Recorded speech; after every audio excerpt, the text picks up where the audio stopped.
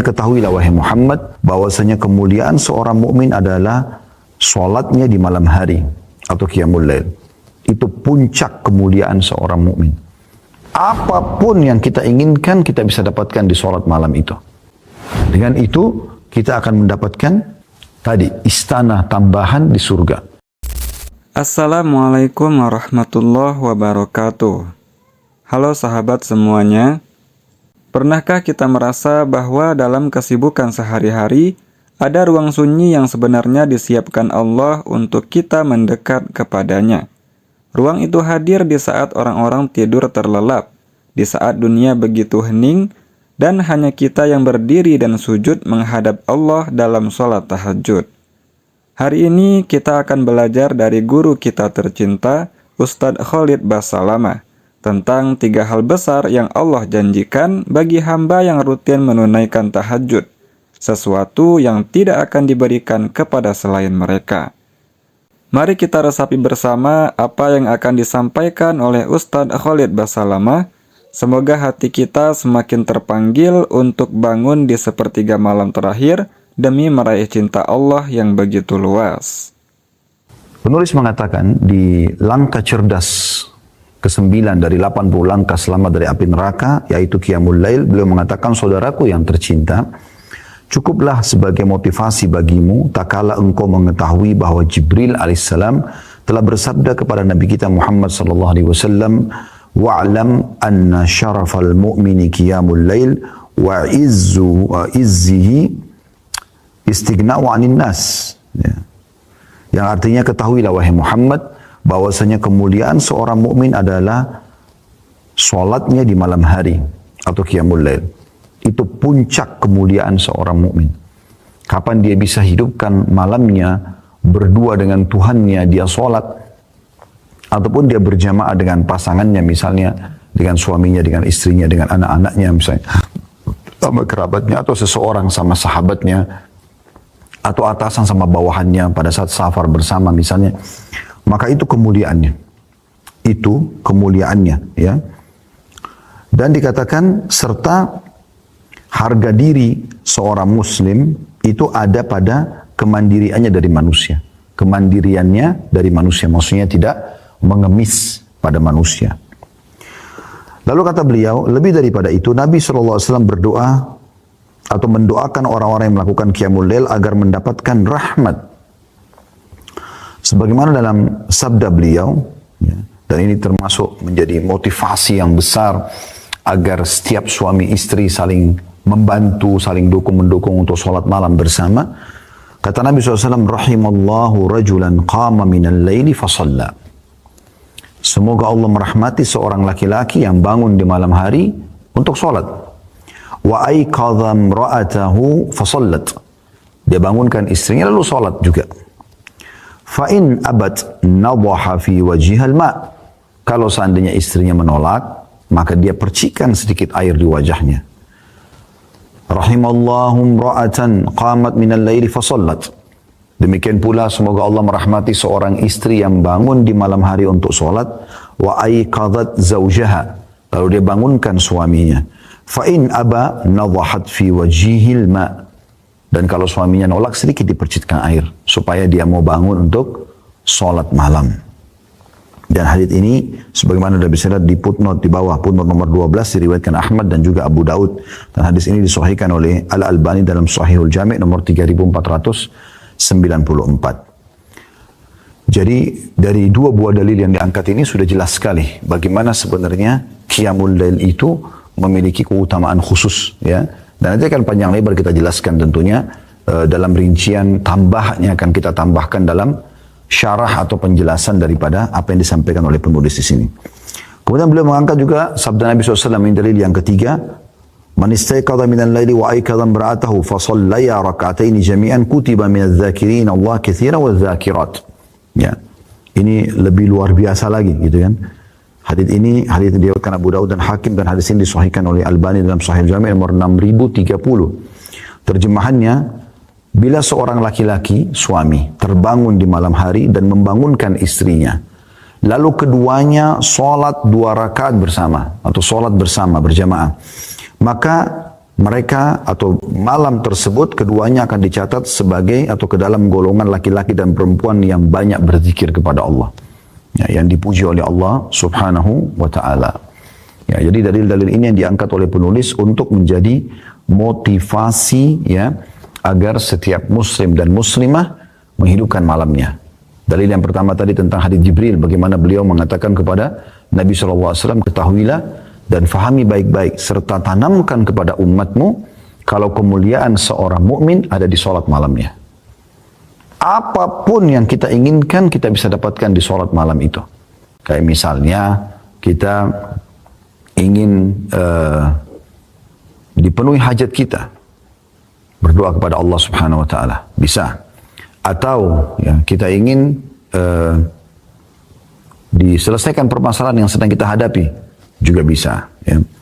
Atau ya, kita ingin menambah derajat kita di surga supaya lebih tinggi derajatnya juga bisa. Gitu. Ya. Jadi semua kita bisa dapatkan. Subhanallah, Ustadz Khalid menjelaskan bahwa ada 3 dalil utama yang menegaskan betapa mulianya orang yang menunaikan tahajud. Allah meninggikan derajat mereka, memberikan cahaya dalam kehidupan mereka, dan menjadikan mereka orang-orang pilihan. Kalau kita renungi, ternyata tahajud bukan sekedar sholat tambahan. Ia adalah bukti nyata kesungguhan iman, karena hanya orang yang benar-benar beriman yang rela meninggalkan tidurnya demi menghadap Allah. Mari kita lanjut ke sesi berikutnya, di mana kita akan memahami makna terdalam dari sholat tahajud yang menjadikan hamba semakin dicintai Allah. Baik teman-teman sekalian, kita akan coba masuk lebih dalam tentang Qiyamul Lail atau tahajud. Ya. Pengertian tahajud sendiri yang sering disebutkan dengan sholat malam ya, atau Qiyamul Lail, itu menurut bahasa hajadar rajul, ya, hajadar rajul artinya seseorang tidur di malam hari. Adapun hajjada pakai tasydid artinya ia sholat di malam hari. Hajjadar rajul kalau pakai tasydid berarti dia sholat di malam hari. Makanya kita bilang tahajud ala tasydidnya. Adapun al-mutahajjid ya, artinya orang yang berdiri di malam hari, bangun dari tidurnya untuk sholat malam. Nah, makanya tahajud itu dibahasakan orang yang tidur lalu bangun sholat malam. Ya. Kalau Qiyamul Lail berarti sudah bangun untuk sholat langsung. Jadi tahajud itu lebih pekah lagi kalau digunakan bahasa ini. Hukum tahajud sendiri sunnah muakkadah, sunnah yang sangat ditekankan. Bukan wajib, tapi sunnah. Cuma memang sangat ditekankan. Dan perlu kami ingatkan kembali teman-teman sekalian, banyak di antara muslimin selalu berdalih. Mereka mengatakan itu kan cuma sunnah. Maka mereka bersembunyi di bahasa ini ya, supaya mereka tidak mengerjakannya. Akhi dan ukhti. Salat tahajud, salat duha, salat qabliyah, salat ba'diyah, ya, salat wudu, salat taubat, salat istikharah. Ini semua salat tasbih, salat sunnah, tapi juga dianjurkan. Dan ini adalah manfaatnya besar sekali. Karena kata Nabi SAW, dia akan bisa membantu kalau ada salat wajib kita yang kurang pada hari kiamat. Sebagaimana hadis sahih.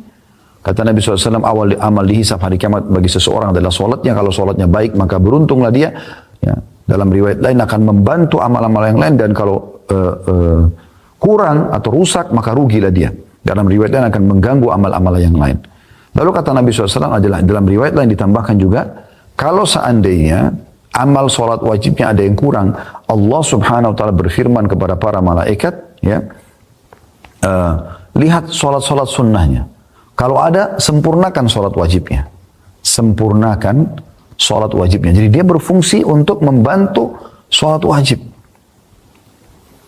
Sebagaimana juga kata Nabi SAW, itu berlaku pada semua amal. Maksudnya puasa sunnah, Senin, Kamis, Ayyamul Bid, membantu sholat puasa Ramadan kalau ada yang kurang.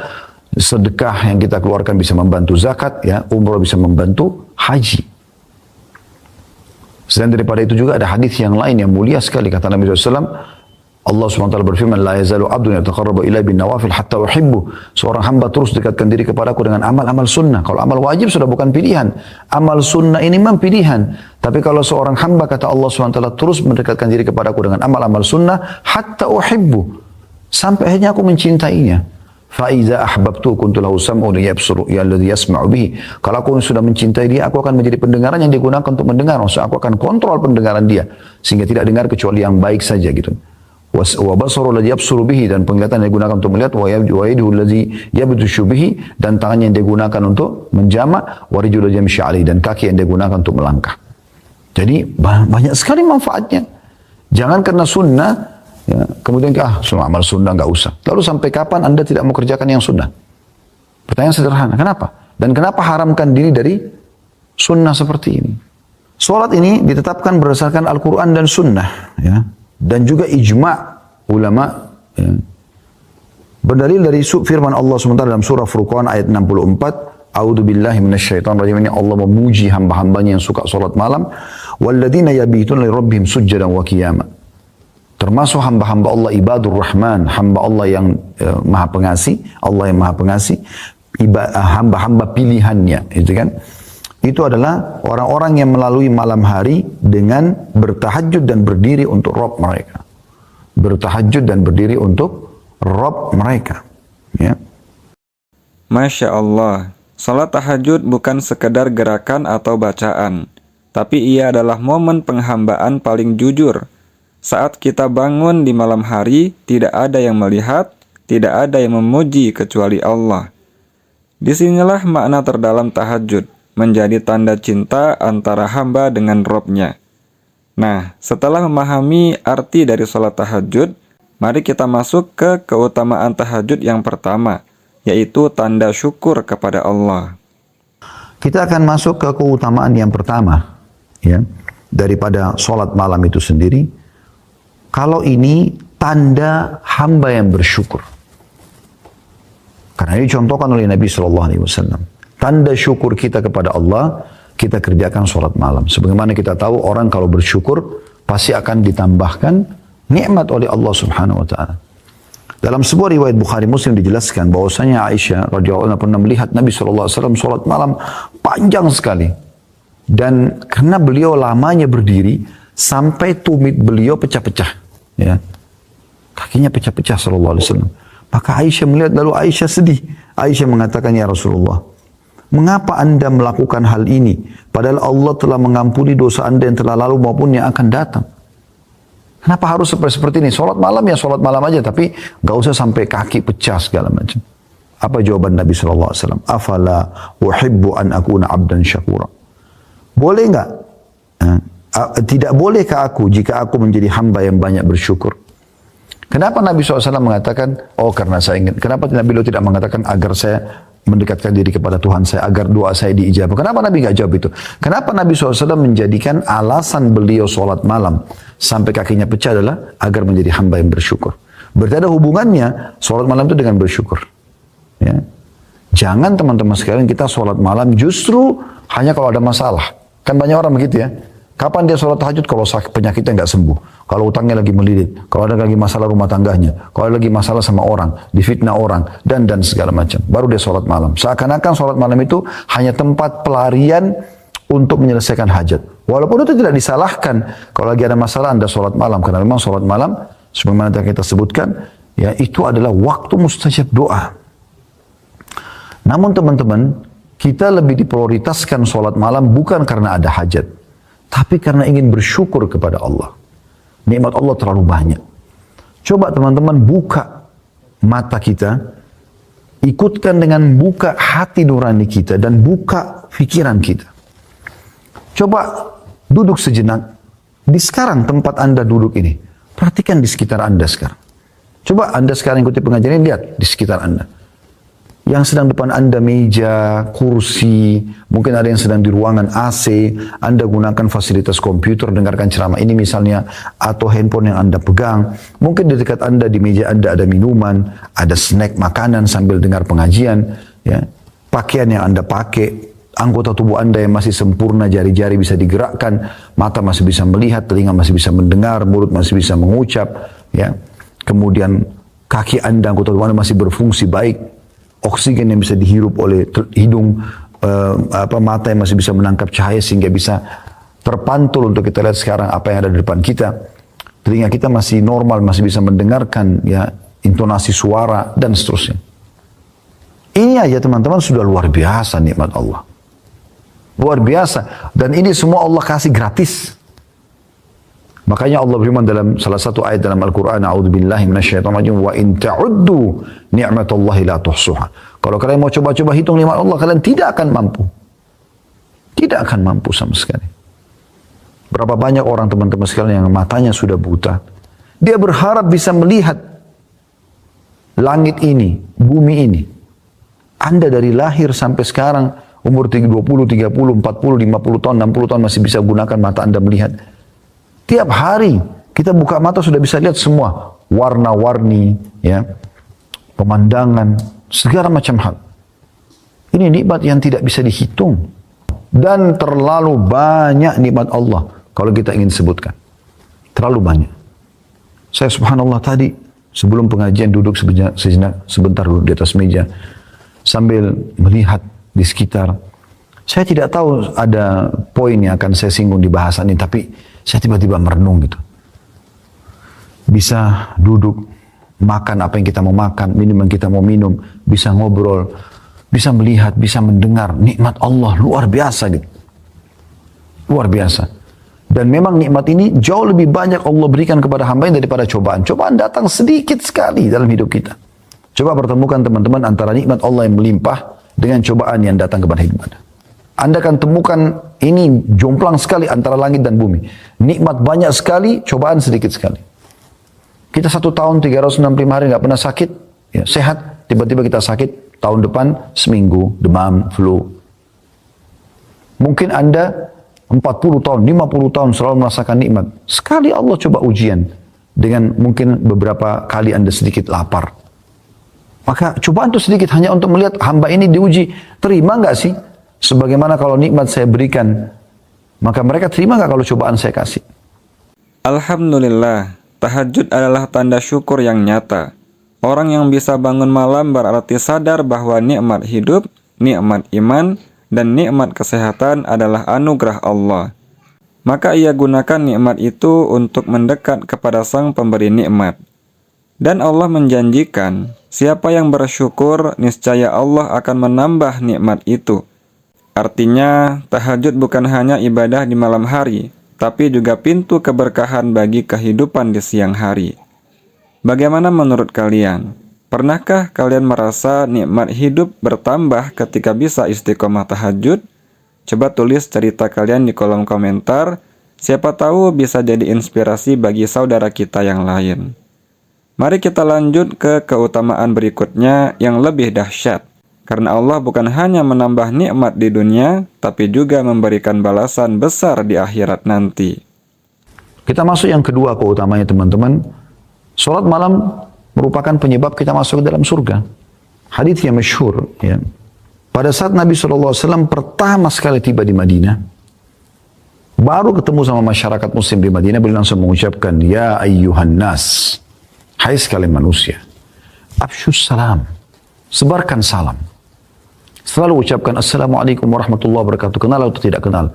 Assalamualaikum 10 pahala, 10 pahala warahmatullahi 10 wabarakatuh 10. Wa at'imut ta'am, beri makan orang-orang, traktir orang, bagikan makanan. Wasilul arham, lanjutkan hubungan silaturahim. Lalu Nabi SAW mengatakan, wasallu bil laili wan nasu niyam. Dan salatlah di malam hari sewaktu manusia sedang tidur, tadkhulul jannata bisalam. Kalian akan masuk dalam surga dengan sambutan yang meriah. Ya. Hadis riwayat Ibnu Majah di nomor 3251 ya. Jadi ini keutamaan luar biasa, bisa masuk surga. Yang ketiga, salat malam termasuk ya sebabnya seseorang ditinggikan derajatnya. Tadi kan untuk masuk ke dalam surga. Maka dengan salat malam juga, kalau Anda rutin lakukan, Anda akan mendapatkan tambahan fasilitas di surga. Sesuai dengan hadis yang diriwayatkan oleh Abu Malik Al-Asy'ari radhiyallahu anhu bahwasanya Rasulullah SAW bersabda, "Inna fil jannati ghurafan yura zahiruha min batiniha wa batinuha min zahiriha 'adda Allah Ta'ala liman at'ama at-ta'am wa alana al-kalam wa taba as-siyam wa afsha as-salam wa shalla bil-laili wan nasu niyam. Sesungguhnya di surga itu ada kamar-kamar, ada istana-istana yang bagian luarnya dapat dilihat dari dalamnya dan bagian dalamnya dapat dilihat dari luar, transparan. Indah sekali. Istana-istana itu disediakan oleh Allah Ta'ala untuk orang-orang yang pertama, suka memberi makan. Traktir orang. Selalu berbagi makan, kasih makan orang. Yang kedua, berkata-kata yang lembut, sopan, santun, walaupun orang sudah teriak-teriak depan dia, dia tetap biasa saja. Yang ketiga, mengikuti puasa, maksudnya dari puasa ke puasa, rutin mengerjakan puasa. Ya, tidak bicara wajib lagi, ini sunnah-sunnah semua ini. Kalau wajib sudah pasti dikerjakan gitu. Yang keempat, menebarkan salam, suka mengucapkan salam. Jadi kalau telepon, kalau WA, ya, ketemu, selalu salam. Dan usahakan lengkap. Assalamualaikum warahmatullahi wabarakatuh. Ya, karena assalamualaikum 10 pahala, warahmatullah 10 dan wabarakatuh 10 sebagaimana dijelaskan dalam hadis Nabi SAW. Dan yang kelima saksi bahasan kita adalah dan sholat di malam hari ketika manusia sedang tidur. Nah, dengan itu kita akan mendapatkan ya, tadi istana tambahan di surga. Hadis ini riwayat Ahmad jilid 5 halaman 343 dan Ibnu Hibban juga menyebutkan di Mawarid, di kitab Mawaridnya nomor 641. Masya Allah, keutamaan kedua dari tahajud adalah janji surga. Allah menyiapkan surga khusus bagi mereka yang rutin menghidupkan malam dengan tahajud. Dan yang lebih luar biasa, keutamaan ketiga adalah Allah menjanjikan derajat yang tinggi di surga serta istana tambahan bagi mereka. Coba bayangkan, surga saja sudah merupakan nikmat yang tiada bandingannya. Tapi Allah masih menambahkan kemuliaan bagi hamba yang tahajud. Ini bukti bahwa tahajud benar-benar ibadah yang mendatangkan cinta dan balasan istimewa dari Allah. Apakah kita rela melewatkan kesempatan untuk memiliki derajat tinggi di surga hanya karena lebih memilih tidur di dunia yang sementara? Sahabat sekalian, tahajud bukan hanya ibadah sunnah. Ia adalah jalan menuju cinta Allah, tanda syukur, sekaligus tiket menuju surga dengan derajat yang tinggi. Malam yang kita bangunkan untuk Allah akan menjadi cahaya yang menerangi hidup kita, dunia hingga akhirat. Mari kita berdoa, semoga Allah mudahkan langkah kita untuk istiqomah menunaikan tahajud. Dan semoga Allah selalu menjaga kesehatan dan keistiqomahan guru kita, Ustadz Khalid Basalamah, agar terus bisa membimbing kita dengan ilmu yang menyejukkan hati. Allahumma amin. Insya Allah kita bertemu lagi di video selanjutnya. Jazakumullahu khair. Wassalamualaikum warahmatullahi wabarakatuh.